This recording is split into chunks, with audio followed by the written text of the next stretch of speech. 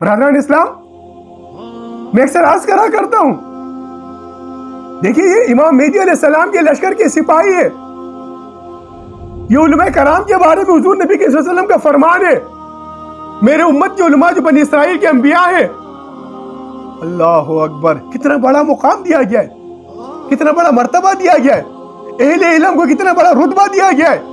تو میں اکثر عرض کرا کرتا ہوں، اہل علم اہل قلم سے،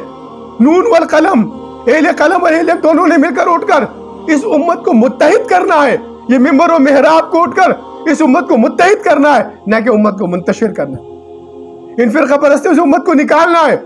اس گروہ پرستی سے امت کو نکالنا ہے، اس تکفیر سے امت کو نکالنا ہے۔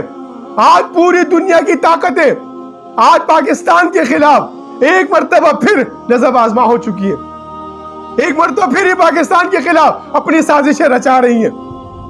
یہ سازشوں کو ناکام کرنا یہ میری، آپ کی، ہر پاکستانی کی، ہر مسلمان کی ذمہ داری۔ ہم ان سازشوں سے پردہ چاک کر رہے ہیں، ہم اس فعبدونی فإنی عابدونی کی طرف آ رہے ہیں۔ جب تک ہم ان پردوں سے سازشوں سے پردہ چاک نہیں کریں گے، ان کو نہیں پہچانیں گے جو پاکستان کو اندر سے کمزور کر رہے ہیں، ان کے ہم خلاقمہ نہیں کریں گے جو پاکستان کو اندر سے کمزور کر رہے ہیں، ہم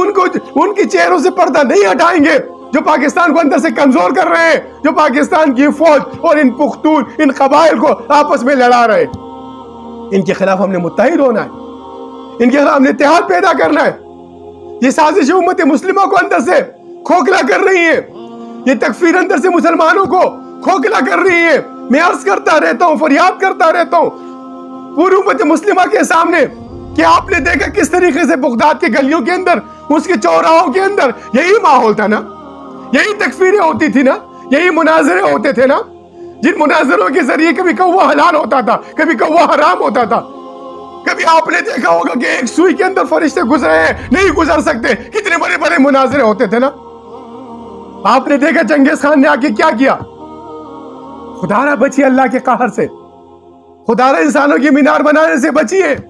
آنے والی نسل آپ پہ فخر کرے، وہ کردار ادا کیجئے، آنے والے آپ کی اولاد پر درود و سلام بھیجے، وہ کردار ادا کیجئے۔